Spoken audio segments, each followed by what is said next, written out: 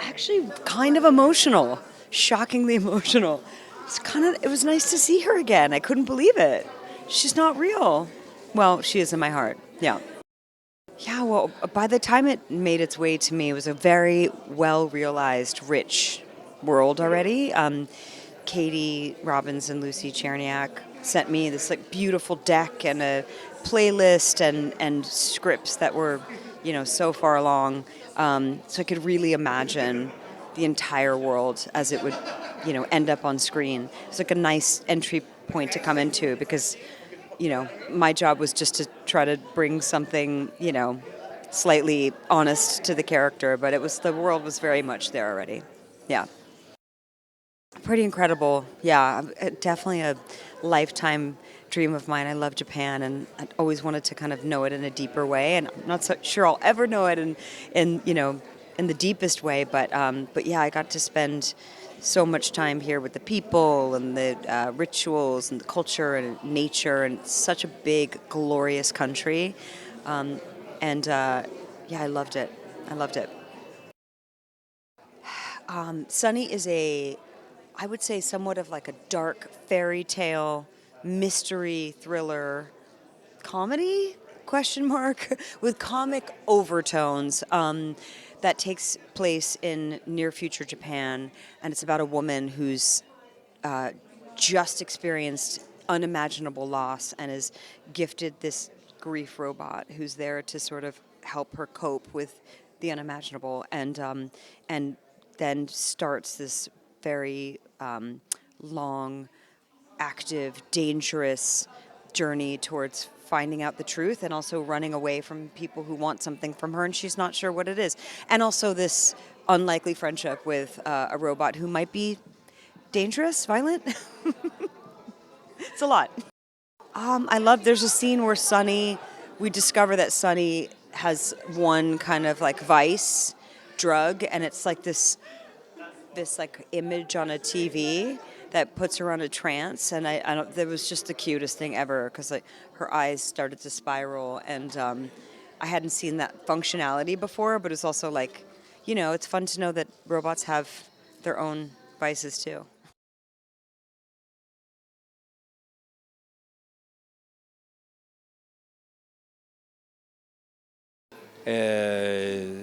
Thriller and なんだろう sci-fi and yeah, many elements, so many elements, and yeah, human drama and new neo future, Japanese cultures, everything. So yeah, it's difficult to describe what kind of drama. My character Masa, yeah, he looks very good guy, good father and good husband. But the story going people getting recognized. Wow, he's not ordinary person. Wow.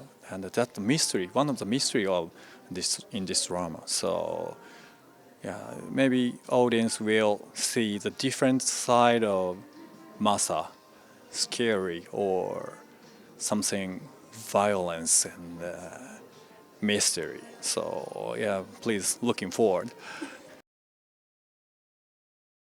This story is a dark comedy, so maybe audience enjoy and laughing, but story going and getting recognized. This story about technology and human, how to make relationship, and at the end, people think about what is human, what is soul, and what is the meaning of life.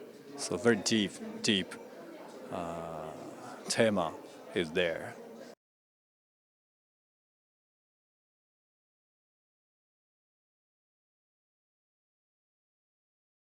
So interesting about this story that I love it. Yeah.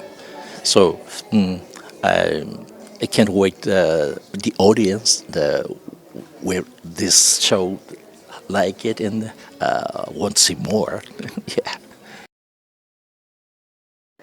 My character, I play a character named Yuki Tanaka, a roboticist, um, employed in the early development of AI technology.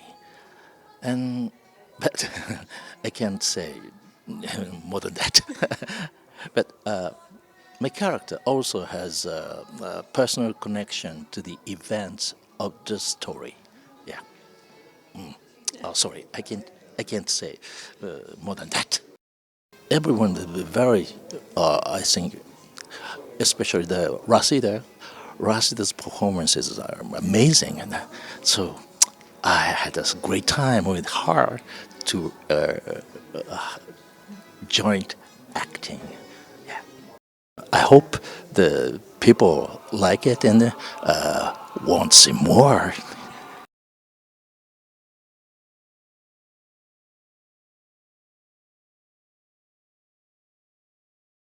Right. This is really a very interesting setting because the whole place is to be set in Kyoto, and that's where Noriko Sakamoto is. And Kyoto has a history of 1,200 or even more. And then they have preserved all the old buildings and traditions and culture. That's going to collide with AI. Sunny coming into this, and I was really taken by the whole book, and of course the program. Yes, was I have not met her for quite a while, and like her waving to me, it was yes, I was very happy. She's cute, huh? Yes, I play the role of the Susie's husband, Masa's mother. I am the mother-in-law of Suzie. So you know what mother-in-law are. The wife to my son will never be the best, they think. But since we have lost, or we're not sure yet, but maybe lost Masa and the grandson, so the only relative that I will have is Suzie. But I had a lot of, Noriko had a lot of friction, in order to accept her. But as time goes by and as Sunny comes in, things start changing. And that's the part I really enjoy. Acting with Sunny, and Rashida was fabulous. It was very, a big change for me because you can't tell whether she's just talking to me regularly about her life or she's acting. It's so natural that it brought that part of me out. She took that part of me out and put it on the screen. Yes, exciting. First time to work for Apple TV Plus, and this is going to go worldwide. And as you know, I'm from Taiwan, and people in Taiwan they're gonna enjoy it too. And of course, on the other side, I mean, even down to Brazil. So this is really exciting for us. Yes, for me.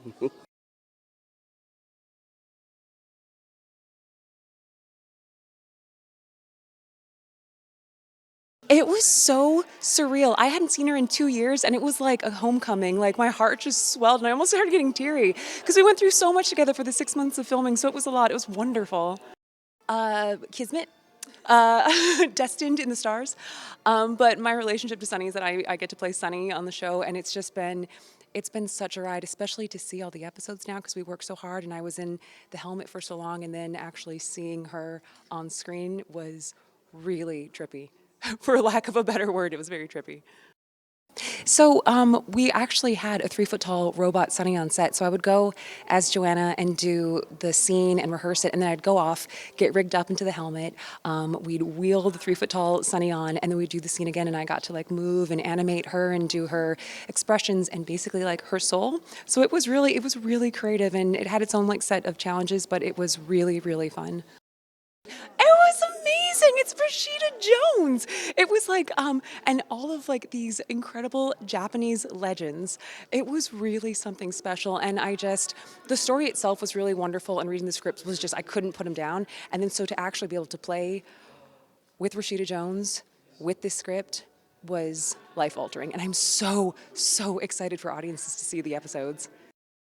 No, I'd never been to Japan before. I'm half Japanese, and so I was like, wouldn't it be cool if I booked this role and I got to go to Japan to film? And then I did, and was like, oh my God, this is more than a dream come true. It's so overwhelming. And then to be here now with everybody again reunited back in Japan has been, it's just, I'm speechless. It's just been wonderful. There's so many favorite moments. I mean, honestly, I think it was in between takes when I'd be going over my lines or anything. A lot of people would come up to Sunny like she was her own little person and like whisper into her ear or like pat her on the head or like, like give her like a good job, Sunny, for different takes. And I would just be in the corner or like wherever I was hidden and be like, thank you. But just like, it was really fun to see people interact with her between takes. Yeah. Yeah, it really was. Especially because I could see everything. Because I had a helmet on with a rig and the monitor, so I could see everything that Sunny was seeing. So I tried to also make her like her own little person in between takes.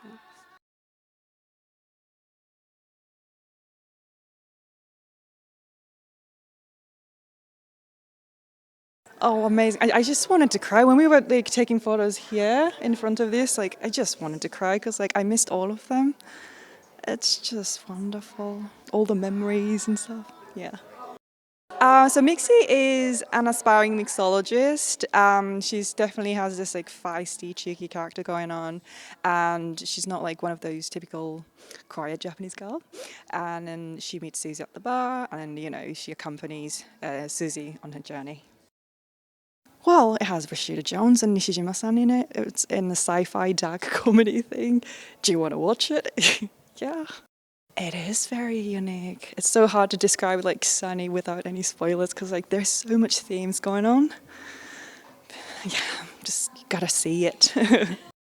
Oh my God, yes, because like I am very new to this industry. I'm completely, I was just an ordinary musician, who just makes jingles for a living. So this is definitely one of like once in a lifetime experience, and it's just like I'm so proud like of myself. Yeah. So this is my first time working in Apple TV Plus, and it's been amazing. Everything, but I loved every scene I had with Suzie, Rashida Jones, and Joanna, Suzie. The trio dynamics and stuff. It was just like I'm so lucky to have that experience.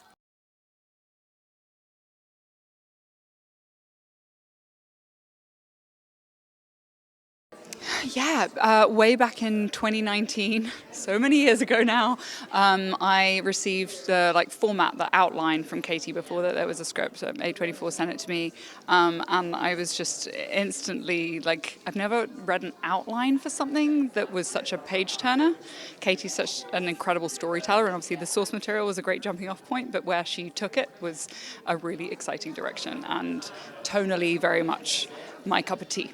There was like a tonal reference she'd put in there of another show I'd done called The End of the Fucking World. So first I was like, is that did she just put that in because it's like being sent to me? But apparently that was really what she wanted it to sort of feel like a little bit, and though in an entirely different way. Like we obviously were building this world in Japan that was unlike anything hopefully anyone's ever seen before. So yeah, that's sort of the start of it, and then we're pitching out to networks and ended up on Apple TV Plus. Yeah, I mean, I think we got like a lot of freedom to make this like truly bonkers show. And they were very supportive of creative choices we wanted to make. And we got to shoot the whole thing in Japan, which was so important, like so integral to the sort of, like Japan really was a character. I know it's a cliche, but like Japan really is a character in this show. So the fact that we were able to shoot it here rather than sort of be forced to do it somewhere else and just shoot exteriors here was like really special, and they were so supportive of that. So it was great. So talented. It was, not the easiest show to cast. We needed a lot of bilingual actors, of which that's a small pool, and we needed people who could balance comedy and drama. And I feel like we sort of hit the jackpot. We got so lucky. It was a really wonderful moment coming to the table read with such an eclectic bunch of actors that I think, were all icons in their own right, but had never appeared in the same project together, And I think particularly for like a Japanese audience, we've heard that they can't kind of quite believe that all of these different actors that usually like work in quite different spheres are like all in the same project. So I think like that's hopefully something that's going to make people lean in and tune in. I mean, what I love about the show is that it deals with some really sort of profound philosophical questions about grief and loneliness and feeling isolated in this like so-called connected world. But it does so in a way that is just like also a really fun ride, and with characters that I think people will really relate to, and it'll make them cry and it'll make them laugh. So I think sort of for all the things, hopefully, I want people to sort of debate some of the topics about AI that we're dealing with, but it doesn't feel like it's ever heavy-handed or like laboring points. Like there's a bit of a sort of cautionary tale running through it, but it's also, I think, refreshingly optimistic for a story that's about like that has AI as a backdrop or as a theme. So hopefully it's just something that people are like excited to tune into because they're intrigued to find out what happens next.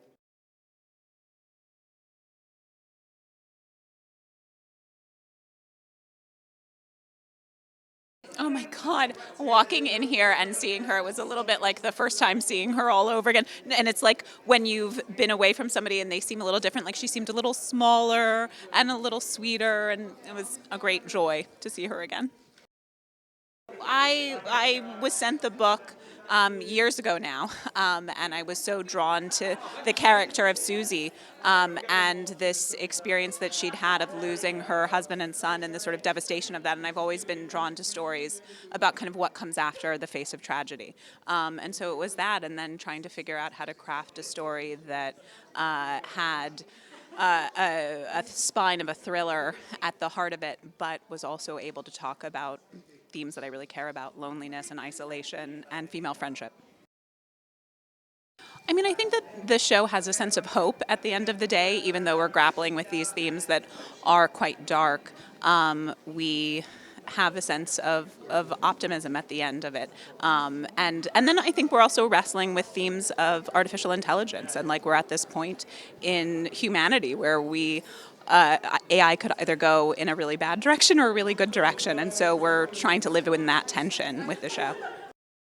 Oh my God, this cast is a dream. Led by Rashida, who was somebody I'd admired and adored for a long time as a fan, and to get to work with her was extraordinary. And she brings like humor and pathos to this character in a way that is kind of extraordinary. Hidetoshi, like we had seen Drive My Car when we cast him, and he brings like a fierce intelligence and also like this dapper charisma to the role that's extraordinary. Joanna, who plays Sunny, just like brought the sunniness of this character, as well as like a deep sense of humor and emotion in a way that you couldn't imagine a person being able to do without like the use of their face. And she really did it in this amazing way.